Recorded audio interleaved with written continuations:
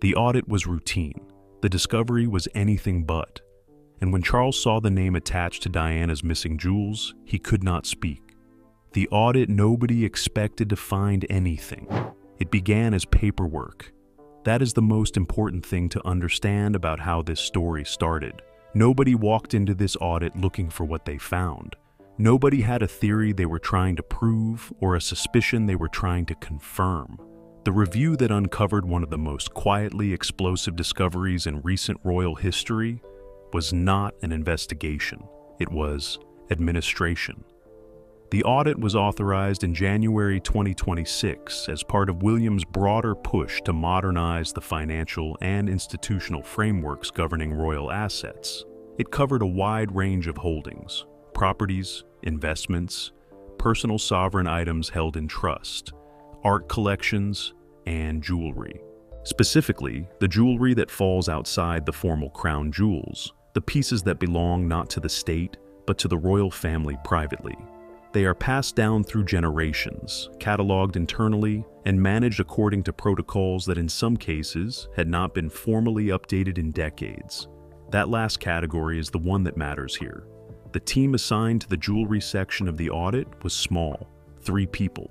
A senior archivist with over 20 years of experience inside the royal household, a legal advisor specializing in private sovereign assets, and a forensic accountant whose firm had been brought in specifically to cross-reference internal palace records against external documentation held by independent custodians.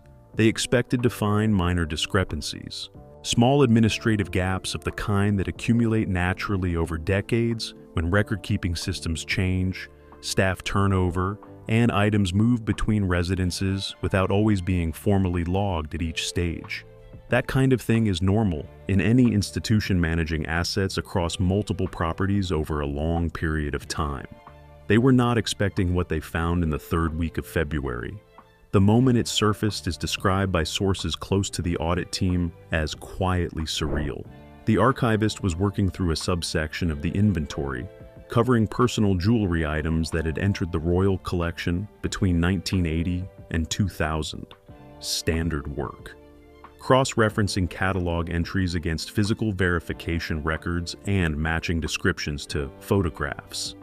Confirming locations.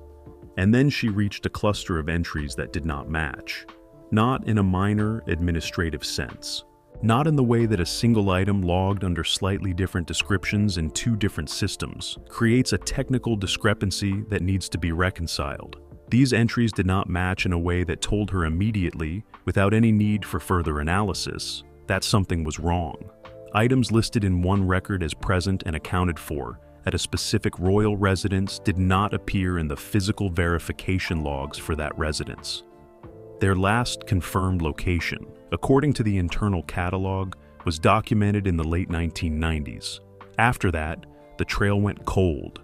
No transfer records, no loan agreements, no documentation of any kind explaining how items that should have been formally logged at every stage of their journey through the royal collection had simply stopped appearing in the records. She flagged it to the legal advisor the same afternoon.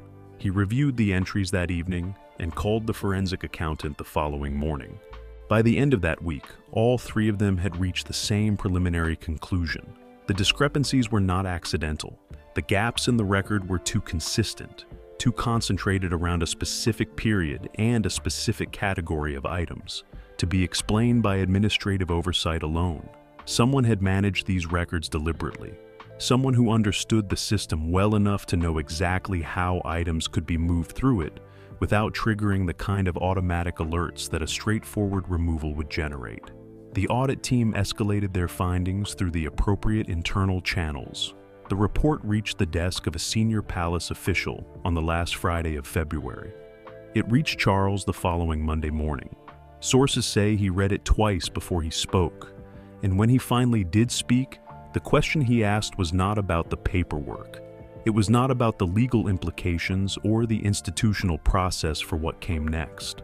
It was about the name attached to the missing pieces, and why that name was the one he had least expected to see.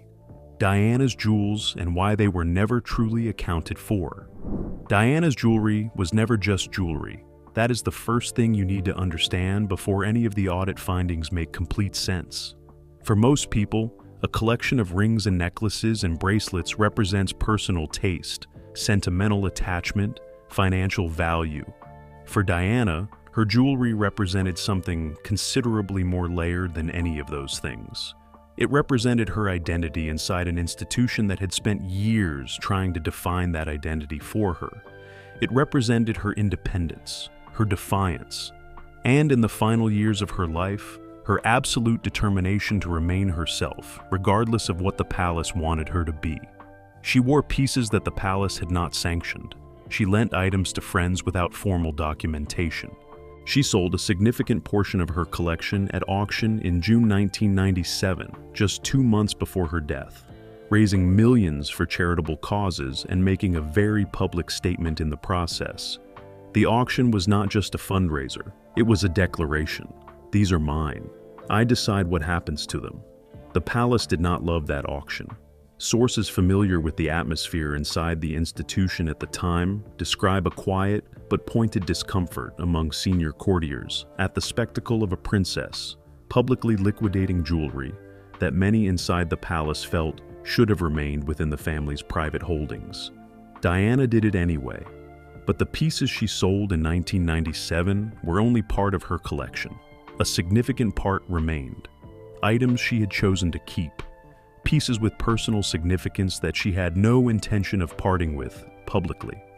Gifts from foreign dignitaries that carried diplomatic as well as sentimental weight. Family pieces that had come to her through the royal collection itself during her marriage to Charles.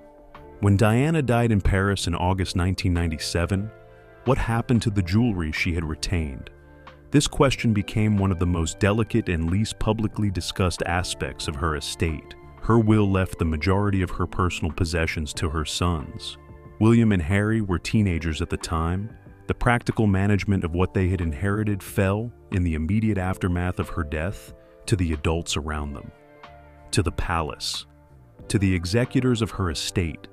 To a system that was, in the weeks and months following Diana's death, operating under enormous pressure and doing so largely out of public sight. The formal inventory of her jewelry conducted in the aftermath of her death was never made public. That is not unusual. Private royal inventories rarely are, but sources familiar with the process describe it as hurried.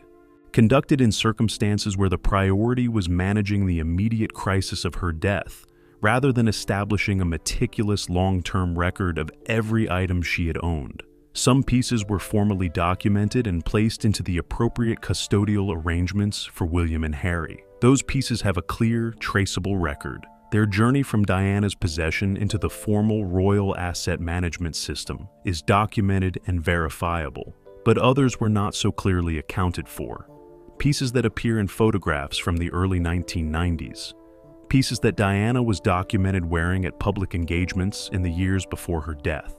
Pieces that should, by any reasonable application of the terms of her estate, have been formally inventoried and placed into the custodial record. They were not. Royal jewelry experts and historians who have studied Diana's collection over the years have noted the discrepancies quietly for a long time. The gaps between what she was photographed wearing and what appeared in official post-death documentation. The items that appear in records up to a certain point and then simply stop being referenced. The pieces that, when researchers attempt to trace their current location, lead nowhere conclusive. Those gaps were always there. They were simply never formally investigated. Until the audit team reached that cluster of entries in the third week of February 2026 and began pulling the thread that nobody had pulled before. What they found at the end of that thread was not a simple administrative oversight. It was a paper trail, carefully constructed, deliberately obscured, and pointing, with uncomfortable clarity, toward a name that changed the entire shape of the story. What the audit actually found. The paper trail did not reveal itself all at once. That is not how this works. Whoever constructed it had been careful, methodical. They had used the complexity of the palace's own record-keeping systems against the institution, exploiting the gaps between different cataloging frameworks, different residences, and different administrative periods to create something that looked, at any single point of examination, entirely unremarkable.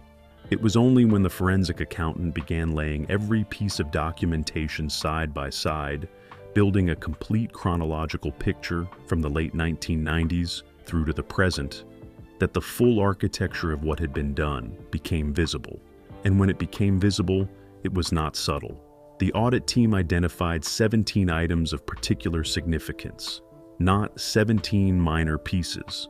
17 items that, based on photographic evidence, historical documentation, and the formal records of Diana's estate, should have been formally inventoried and placed into custodial arrangements for William and Harry in the months following Diana's death in August 1997. None of them had been. Instead, each of the 17 items appeared in a separate internal catalog, one that had not been cross-referenced against Diana's estate documentation during the original post-death inventory process, a catalog that covered personal items held at a specific royal residence and managed under an administrative designation that, in the palace's internal classification system, placed them outside the formal estate management framework entirely. In plain terms, the items had been recategorized, moved on paper from one classification into another, in a way that quietly removed them from the custodial record connected to Diana's estate and placed them into a different administrative category altogether. The recategorization had happened in two stages. The first in 1998, approximately a year after Diana's death. The second in 2003. Each stage had been handled through the internal administrative system without any formal external review or independent verification. Each stage had been authorized by a single signatory whose name appeared consistently across both sets of documentation. The forensic accountant identified that name on a Wednesday afternoon in late February. Sources with direct knowledge of the audit team's findings say the room went very still when the name was confirmed. It was not a name that appeared anywhere in the public conversation about Diana's jewelry. Neither was it a name that royal historians or jewelry researchers had ever flagged in connection with the missing pieces.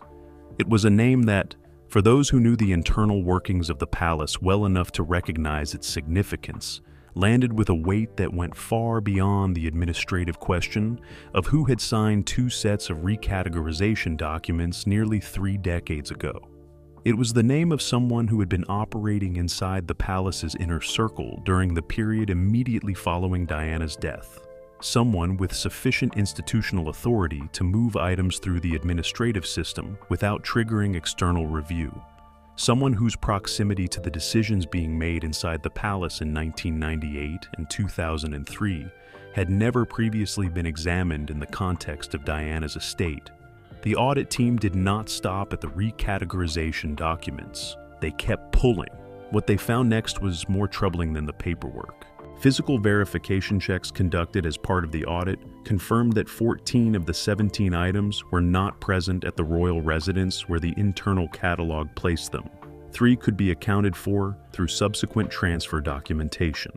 The remaining 14 had no verified physical location anywhere in the palace's current asset records. 14 items from Diana's personal jewelry collection, recategorized out of her estate, listed in an internal catalog under a different administrative designation, and now physically unaccounted for within the royal asset management system. The forensic accountant cross-referenced those 14 items against external records, auction house databases, insurance registries, private sale documentation accessible through industry channels. He was looking for any evidence that the items had been legitimately transferred, sold, or placed into external custody through a process that simply had not been reflected in the palace's internal records. He found something, but it was not what he was looking for. 2 of the 14 items appeared in the private collection records of an individual connected to the royal household, not a member of the royal family, not someone whose name would be immediately recognized by the public, but someone whose connection to the palace during the relevant period was well documented and whose access to the administrative systems through which the recategorization had been processed was, the forensic accountant concluded, beyond question. The audit team compiled their full findings into a single report. It ran to 43 pages. The name of the individual connected to the missing pieces appeared on page 7, and it appeared again, in a different context, on page 31. That second appearance is the one that changed everything, because it did not just connect the individual to the missing items. It connected them to a decision made inside the palace in the weeks immediately following Diana's death. A decision that, if the audit findings were accurate, had been made with full knowledge of what was being removed from her estate, and full knowledge of who would benefit from it. Charles confronts the truth. The report arrived on Charles's desk on a Monday morning. It was delivered by a single senior advisor. No meeting was convened around it. No briefing team was assembled to walk the king through its contents. The advisor placed the document in front of Charles, told him what it contained in 3 sentences, and then left the room. Charles read it alone. Sources with knowledge of that morning describe what followed as one of the most difficult hours the king has experienced since ascending the throne. Not because the findings were entirely surprising to him in every detail, but because seeing them laid out in 43 pages of forensic documentation, confirmed and cross-referenced, and attached to a specific name, transformed something that may have existed at the edge of his awareness for years into something he could no longer look away from. The report did not allow for ambiguity. That was the point of it. The audit team had been thorough precisely because the palace's new oversight framework demanded thoroughness.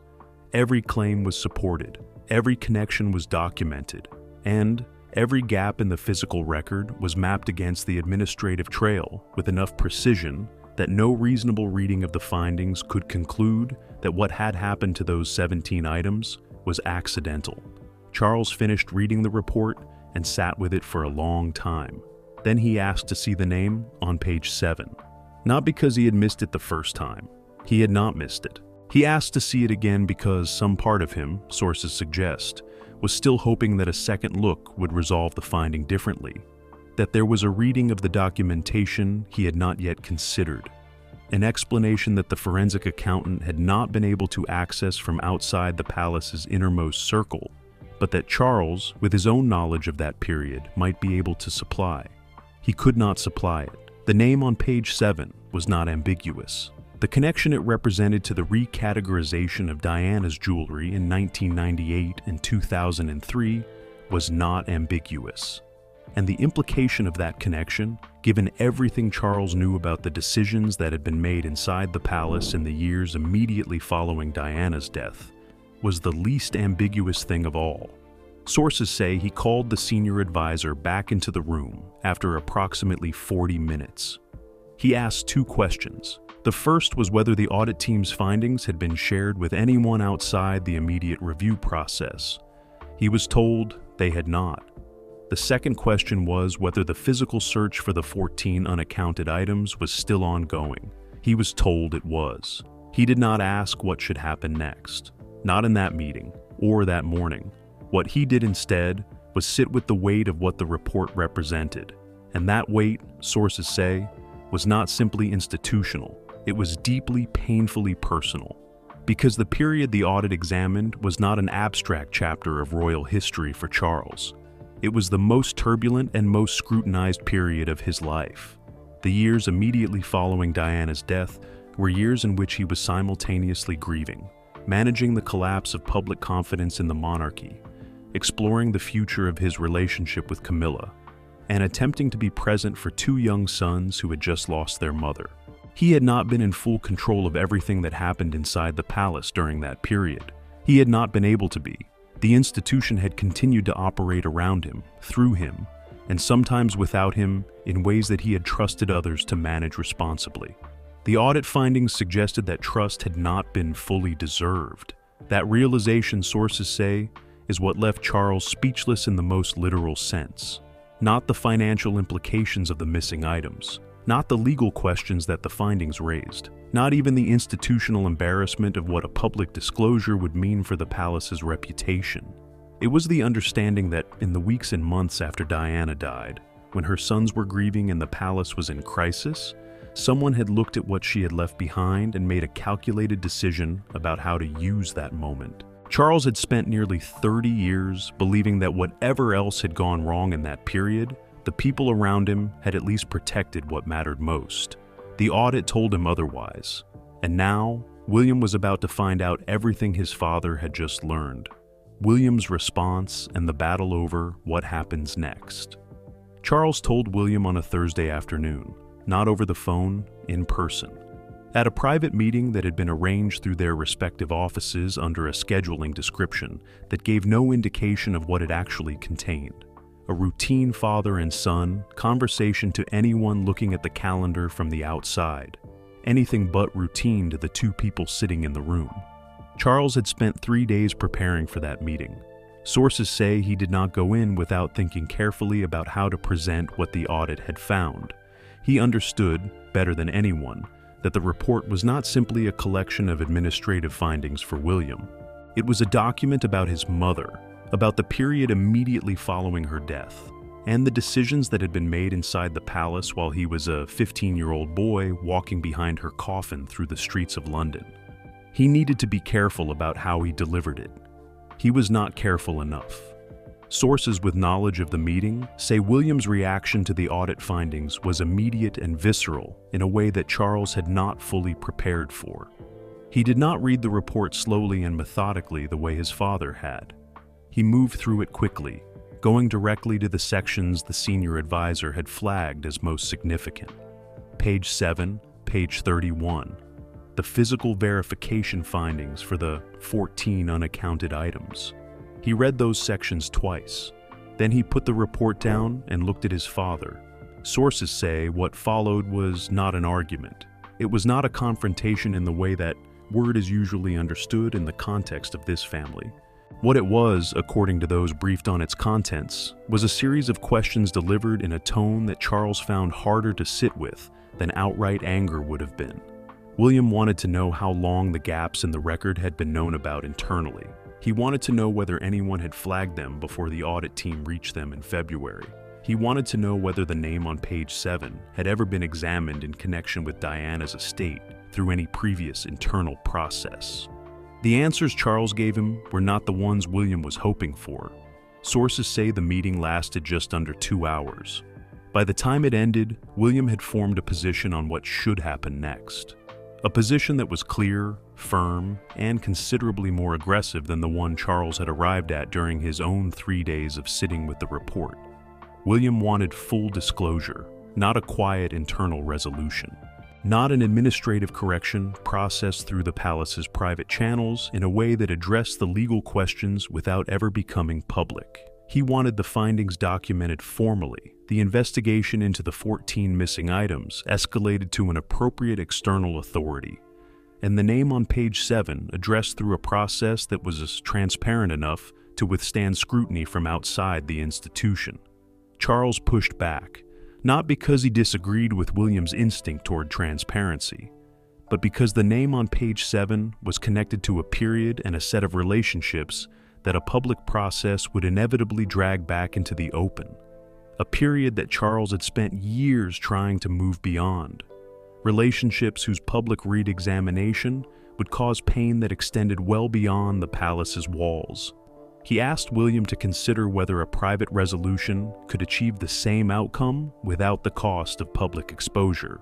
William's response, sources say, was direct. He told Charles that a private resolution was exactly what had allowed the situation to develop in the first place, that the palace's instinct to handle sensitive matters internally, to protect the institution from scrutiny by keeping difficult truths inside its own walls, was the same instinct that had let someone walk away with 14 pieces of his mother's jewelry and face no consequences for nearly 3 decades.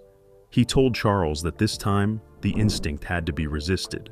Charles did not agree immediately. He asked for time. William gave him a week. That week has not yet produced the resolution William demanded. The dispute between them over how to proceed remains unresolved as of the time this story is being told. But what is not unresolved is the broader question the audit has forced the palace to confront. A question that is bigger than the jewels, bigger than the name on page 7, and bigger than the disagreement between a father and a son about how much truth an institution owes the people it asks to trust it. What this reveals, and why it cannot be buried. There is a version of this story that never becomes public. It is not a difficult version to imagine. The palace has managed sensitive internal findings before. It has contained disclosures that, had they reached the public in their full form, would have caused serious institutional damage. It has resolved uncomfortable truths through private processes that left no visible trace in the official record. It has, on more occasions than anyone outside its walls fully appreciates, chosen the protection of the institution over the transparency that the public believes it deserves. That version of this story would look something like this. The audit findings are addressed internally. The 14 missing items are quietly accounted for through a private resolution process.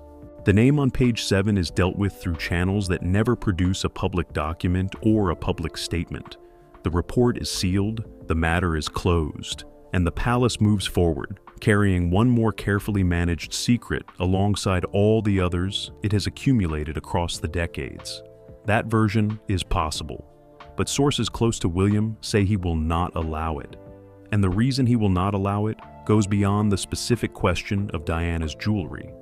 It goes beyond the legal obligation to account for missing items from a private estate. It goes beyond even the personal dimension of what those items represent and who they were taken from.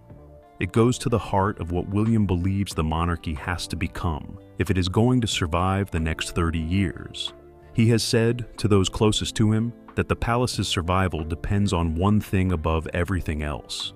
Not tradition, not ceremony, not the careful management of public appearances or the skillful navigation of media narratives. It depends on the public believing that the institution is genuinely accountable, that when something goes wrong inside its walls, the people responsible for it face real consequences through a real process. Every time the palace buries a difficult truth to protect itself, it spends a portion of that belief. Every time a scandal is managed privately instead of addressed publicly, the account gets a little smaller. And at some point, if enough has been spent, the balance runs out entirely. The public stops extending the benefit of the doubt. The institution loses the foundational trust that makes its existence meaningful. William watched that process play out in real time during the Andrew scandal. He watched the palace spend decades of accumulated trust, trying to contain a situation that private management had allowed to grow far beyond anything a transparent early response would have produced. He is not willing to watch it happen again.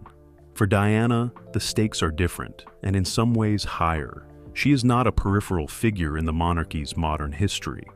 She is arguably the most beloved member the institution has ever produced. The public's feeling for her has not dimmed in nearly 30 years. If anything, it has deepened, sustained by the sons she left behind and the values they carry publicly in her name. The discovery that items from her personal jewelry collection were removed from her estate in the period following her death, recategorized through an internal administrative process, and have remained physically unaccounted for. Ever since is not a story the public will receive calmly. It is a story that will ask every person who loved Diana to look at the institution she spent years fighting against, and conclude that the fight was even more justified than they knew. William understands that. He knows what public disclosure will cost the palace in the short term. He knows the headlines it will generate. He knows the questions it will reopen about decisions made during a period that the institution has never fully reckoned with, honestly. He believes the cost of transparency is worth paying. The cost of continued concealment is higher. Charles has not yet arrived at the same conclusion. The disagreement between them is real, and it is ongoing. But sources say the direction of travel is clear. William's position is not softening. His demand for a formal, transparent process is not something he has shown any indication of walking back from. The audit findings are sealed for now. The investigation into the 14 missing items continues. The name on page 7 has not been made public, but the truth has a way of moving toward the surface regardless of the weight placed on top of it. Diana spent her life proving that, and the son who carries her memory has apparently decided to prove it again. The audit found what decades of silence had hidden. The jewels are missing. The paper trail is damning. And William has made one thing absolutely clear. This time, the palace does not get to bury it. His mother deserved better then. She deserves better now.